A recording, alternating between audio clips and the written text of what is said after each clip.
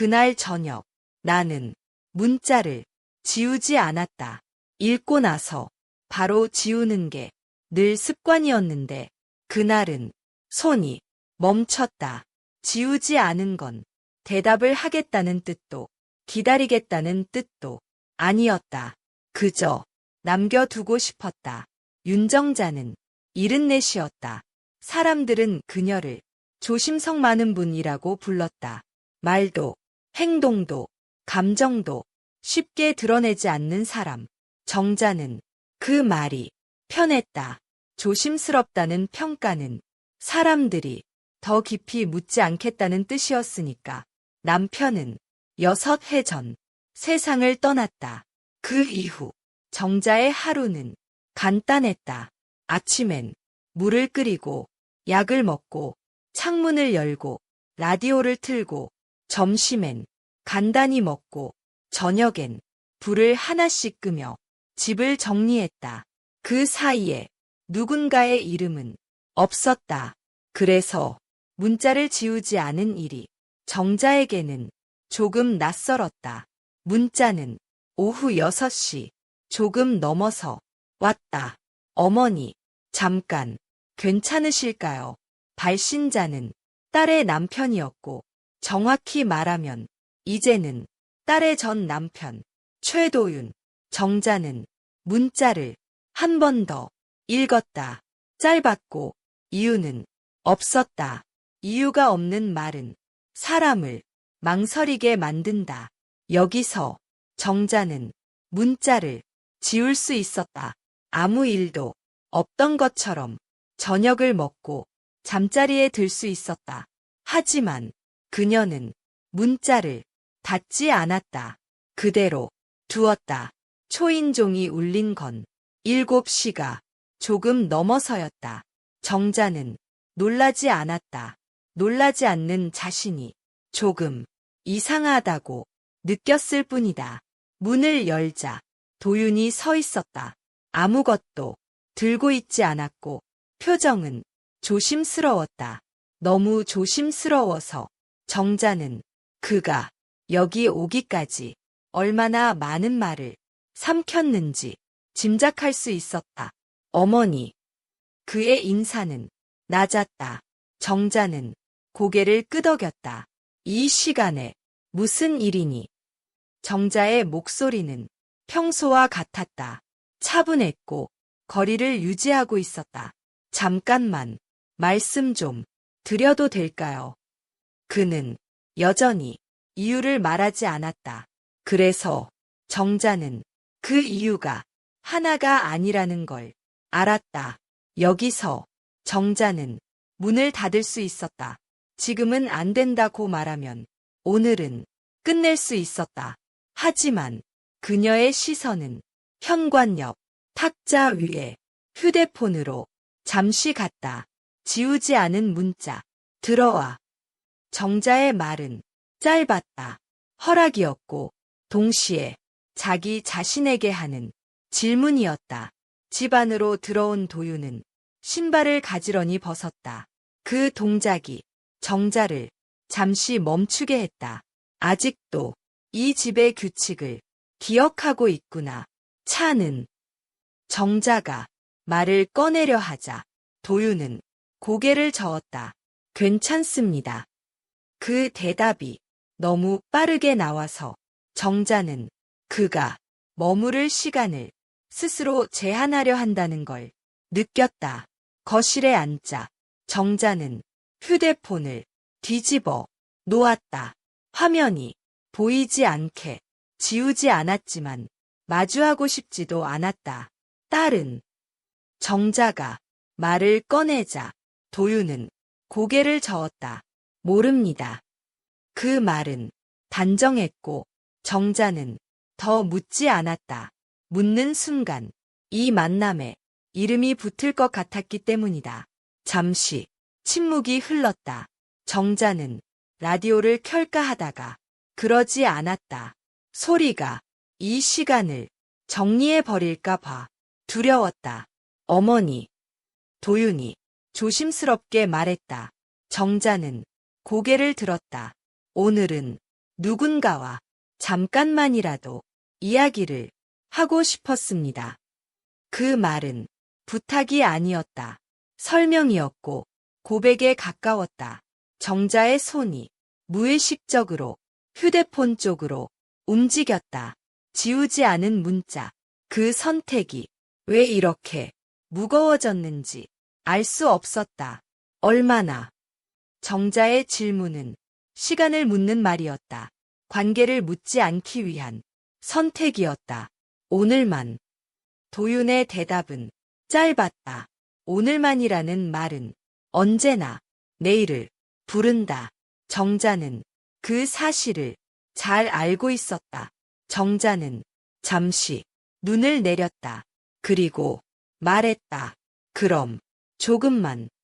그날 밤 정자는 잠자리에 들며 휴대폰을 다시 보았다. 문자는 여전히 지워지지 않은 채였다. 나는 문자를 남긴 걸까? 아니면 대화를 남겨둔 걸까? 답은 아직 없었다. 다만 한 가지는 분명했다. 이 이야기는 그가 찾아왔기 때문에 시작된 게 아니라 자신이 문자를 지우지 않았기 때문에 시작되었다는 것. 여러분이라면 이 선택을 단순한 외유라고 부르시겠습니까? 아니면 이미 마음이 대답을 미루고 있었다고 느끼시겠습니까? 저녁은 생각보다 빨리 깊어졌다. 정자는 부엌 불을 켜고도 바로 움직이지 않았다. 불이 켜진 채로 손이 멈춰 있는 시간이 조금 길어졌다. 도윤은 거실에 앉아 있었다. 등받이에 기대지 않은 자세. 마치 언제든 일어날 수 있는 사람처럼.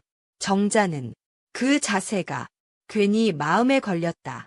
차는 정말 괜찮니? 정자가 다시 물었다. 도윤은 고개를 끄덕였다.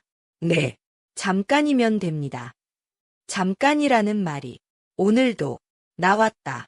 정자는 그 단어가 조금씩 의미를 바꾸고 있다는 걸 느꼈다. 정자는 냄비를 올렸다. 국은 이미 아침에 끓여둔 것이었다. 혼자 먹기엔 충분했고 둘이 먹기엔 조금 애매한 양. 그 애매함이 지금의 시간과 비슷했다. 식탁 위에는 그릇 2개가 놓였다. 정자는 그 사실을 의식했지만 치우지 않았다. 치우는 순간 이 시간이 설명될 것 같았기 때문이다. 식사는 조용히 흘러갔다. 숟가락이 그릇에 닿는 소리, 국물이 식는 소리, 그 소리들이 답장 대신 시간을 채우고 있었다. 어머니. 도윤이 조심스럽게 말했다. 정자는 고개를 들었다. 문자는 받으셨죠? 그 질문은 확인이었고 정자는 그 안에 기대가 섞여 있다는 걸 느꼈다. 봤어. 정자의 대답은 짧았다. 지우지는 않았고 그 다음 말을 하지 않았다. 도윤은 아무 말도 하지 않았다. 그 침묵이 정자에게는 감사처럼 느껴졌다. 지금은 설명이 필요 없었기 때문이다. 식사가 끝난 뒤 정자는 식탁을 정리했다. 도윤은 그릇을 들지 않았다.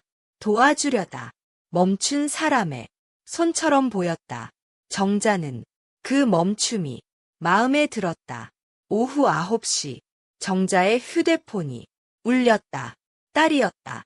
정자는 화면을 보고 잠시 망설였다. 도윤은 시선을 다른 쪽으로 돌렸다. 묻지 않겠다는 명확한 선택. 여보세요. 정자는 차분하게 말했다. 엄마, 뭐해? 집에 있어. 그 대답은 거짓이 아니었다. 다만 전부도 아니었다. 전화를 끊고 정자는 휴대폰을 탁자 위에 그대로 두었다. 화면이 아직 켜져 있었다. 지우지 않은 문자도 답장하지 않은 시간도 그 위에 함께 있었다. 늦었으면 가도 됩니다. 정자가 말했다. 말은 보내는 말처럼 들렸지만 톤은 그렇지 않았다. 도윤은 잠시 망설이다가 일어났다. 오늘은 이만 가겠습니다. 그 말은 확정처럼 들렸지만 정자는 그가 내일을 닫고 있지 않다는 걸 느꼈다. 현관 앞에서 도윤은 신발을 신다가 멈췄다. 어머니. 정자는 고개를 들었다. 문자에 답장 안 주셔도 됩니다. 그 말은 배려처럼 들렸고 정자는 그게 가장 어려운 말이라는 걸 알았다. 알아. 정자의 대답은 짧았다. 그 짧음 속에는 많은 여백이 남아 있었다. 문이 닫히고 집안은 다시 조용해졌다.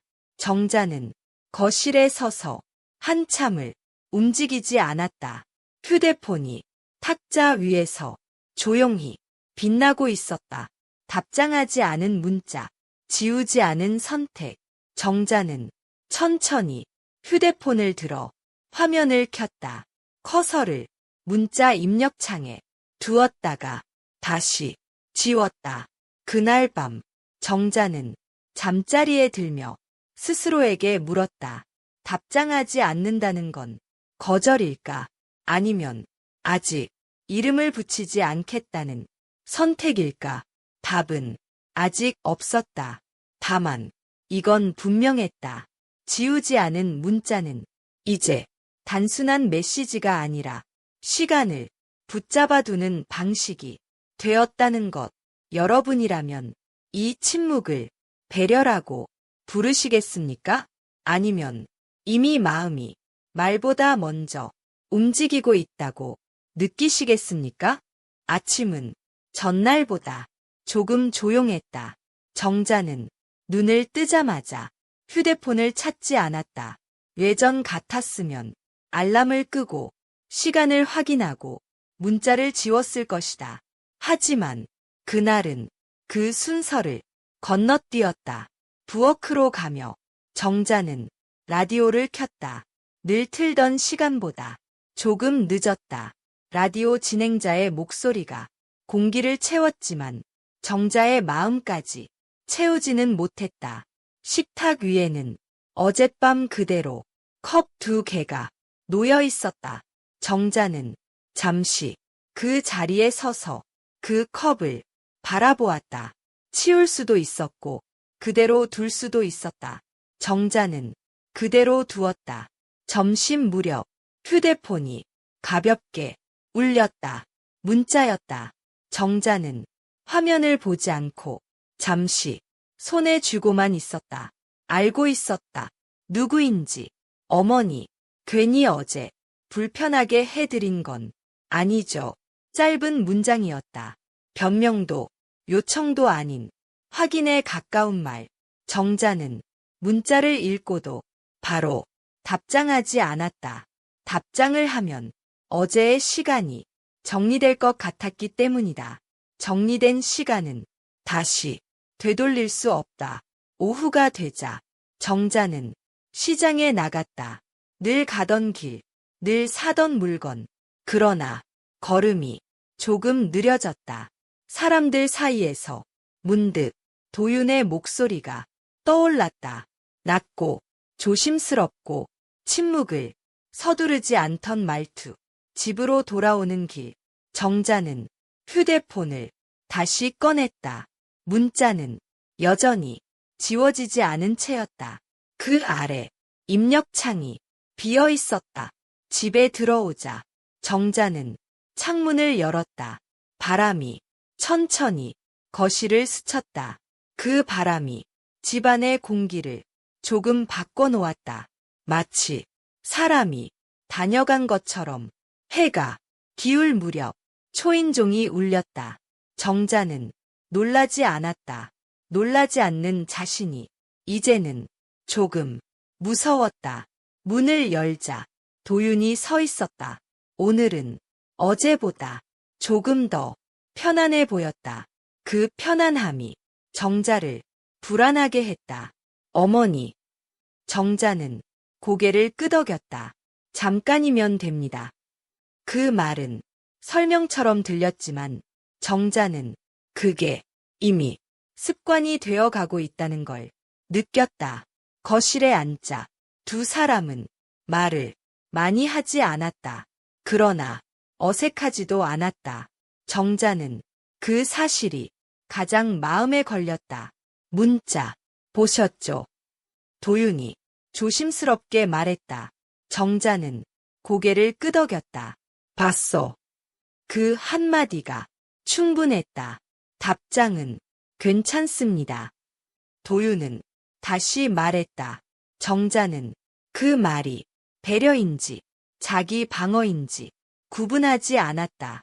저녁은 간단히 먹었다. 정자는 반찬을 조금만 내놓았고 도윤은 그보다 더 조심스럽게 먹었다. 서로 상대의 속도를 맞추고 있다는 걸 두 사람 모두 알고 있었다. 식사가 끝나자 도윤은 자리에서 일어났다. 오늘은 이만 가겠습니다. 그 말은 전날과 같았지만 느낌은 조금 달랐다. 현관 앞에서 도윤은 신발을 신으며 말했다. 어머니, 제가 너무 자주 오는 건가요? 그 질문은 처음으로 선을 묻는 말이었다. 정자는 잠시 말이 없었다. 그 침묵이 대답처럼 흘렀다. 자주라는 건. 정자는 천천히 말했다. 나중에 정하는 거야. 지금은 아직 이름 붙일 단계가 아니었다. 도윤은 고개를 끄덕였다. 그 끄덕임에는 안도와 조심스러움이 함께 섞여 있었다. 문이 닫히고 집 안은 다시 정자의 공간이 되었다. 그러나 공기는 어제보다 덜 비어 있었다. 정자는 휴대폰을 들었다. 문자를 다시 한번 읽었다. 그리고 처음으로 짧은 답장을 입력했다. 괜찮다. 보내지는 않았다. 그저 적어두었다. 그날 밤 정자는 스스로에게 물었다. 침묵이 익숙해진다는 건 무엇을 의미할까? 말하지 않아도 서로를 기다리게 되는 순간 답은 아직 없었다. 다만 이건 분명했다. 답장하지 않은 시간은 이제 우연이 아니라 하나의 선택이 되어가고 있다는 것. 여러분이라면 이 침묵을 현명한 거리라고 부르시겠습니까? 아니면 이미 관계가 말보다 먼저 자리를 잡고 있다고 느끼시겠습니까? 저녁이 되자 정자는 휴대폰을 식탁 위에 올려두었다. 뒤집지 않았다. 화면이 보이도록 그대로 두었다. 지우지도 보내지도 않은 문자들이 그 위에 겹쳐 있었다. 부엌에서 국이 조용히 끓고 있었다. 정자는 불을 약하게 줄였다. 넘치지 않게, 그러나 식지 않게. 그 조절이 지금의 마음과 비슷하다고 느꼈다. 초인종이 울린 건 8시를 조금 넘어서였다. 정자는 놀라지 않았다. 놀라지 않는다는 사실이 이제는 자연스러웠다. 문을 열자 도윤이 서 있었다. 오늘은 어제보다 조금 더 조심스러워 보였다. 아니, 조심스러운 척을 하고 있는 것 같았다. 어머니. 정자는 고개를 끄덕였다. 아니. 그 말은 허락도 초대도 아니었다. 확인이었다. 집 안으로 들어온 도윤은 신발을 벗으며 휴대폰을 힐끗 보았다. 식탁 위에 놓인 정자의 휴대폰 화면이 켜져 있는 걸 확인하고도 아무 말도 하지 않았다. 저녁은 도윤이 말을 꺼내자 정자는 고개를 저었다. 간단히 먹자. 그 말에는 오늘을 길게 만들지 않겠다는 의지가 담겨 있었다. 식탁에는 국 하나와 반찬 몇 가지가 놓였다. 양은 많지 않았다. 정자는 그걸 의도적으로 줄였다. 넘치면 설명이 필요해질 것 같았기 때문이다. 식사는 조용했다. 숟가락이 그릇에 닿는 소리, 국을 후루룩 마시는 소리, 그 소리들이 말 대신 시간을 채우고 있었다. 어머니, 도윤이 숟가락을 내려놓고 말했다. 정자는 고개를 들었다. 문자에 답장 안 주셔도 괜찮습니다. 그 말은 배려처럼 들렸지만 정자는 그 안에 기다림이 있다는 걸 알았다. 알아. 정자의 대답은 짧았다. 짧은 말 뒤에는 여백이 많이 남아 있었다. 식사가 끝나자 도윤은 자리에서 일어났다. 오늘은 이만 가겠습니다. 그 말은 확정처럼 들렸지만 정자는 그가 확인을 기다리고 있다는 걸 느꼈다. 현관 앞에서 도윤은 신발을 신다가 잠시 멈췄다. 어머니. 정자는 고개를 들었다. 제가 부담이 된다면 말씀해 주세요. 그 말은 정자를 배려하는 말처럼 들렸지만 사실은 자신의 자리를 확인하고 싶은 말이었다. 정자는 바로 대답하지 않았다. 대답을 하면 이 관계가 이름을 가질 것 같았다. 부담이라는 건. 정자는 천천히 말했다. 답장을 보내고 나서 생기는 거야. 그 말은 회피였고 동시에 경계였다. 도윤은 고개를 끄덕였다. 그 끄덕임에는 이해와 체념이 함께 섞여 있었다. 문이 닫히고 집 안은 다시 정자 혼자만의 공간이 되었다. 정자는 한참 동안 현관 앞에 서 있었다. 식탁으로 돌아와 정자는 휴대폰을 들었다. 도윤의 문자, 그 아래 자신이 입력해둔 짧은 문장, 괜찮다. 정자는 그 문장을 한 번 더 읽었다. 그리고 보내지 않았다. 지우지도 않았다.